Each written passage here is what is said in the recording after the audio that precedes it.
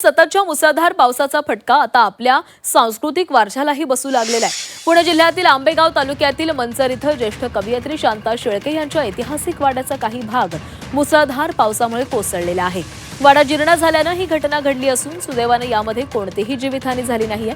मात्र या घटनेमुळे साहित्यप्रेमी आणि ग्रामस्थांमधून हळहळ व्यक्त केली जाते। या साहित्यिक वारशाचे प्रशासनानं तातडीने संवर्धन आणि दुरुस्ती करावी अशी मागणी जोर धरू लागली आहे।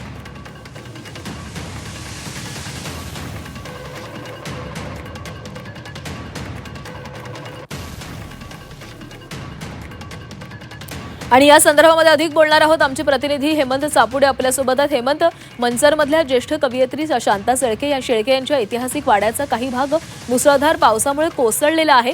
वाडा जीर्ण अवस्थेमध्ये होता, त्यामुळे ही घटना घडल्याचं कळतंय। काय अधिकची माहिती आहे?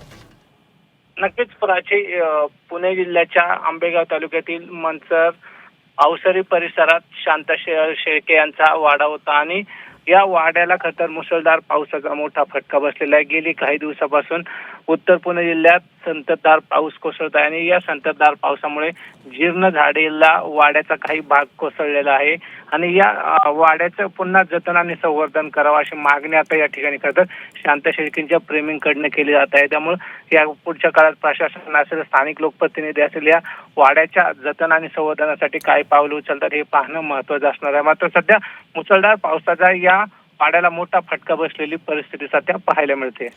नक्कीच धन्यवाद हेमंत दिलेल्या सविस्तर माहितीसाठी।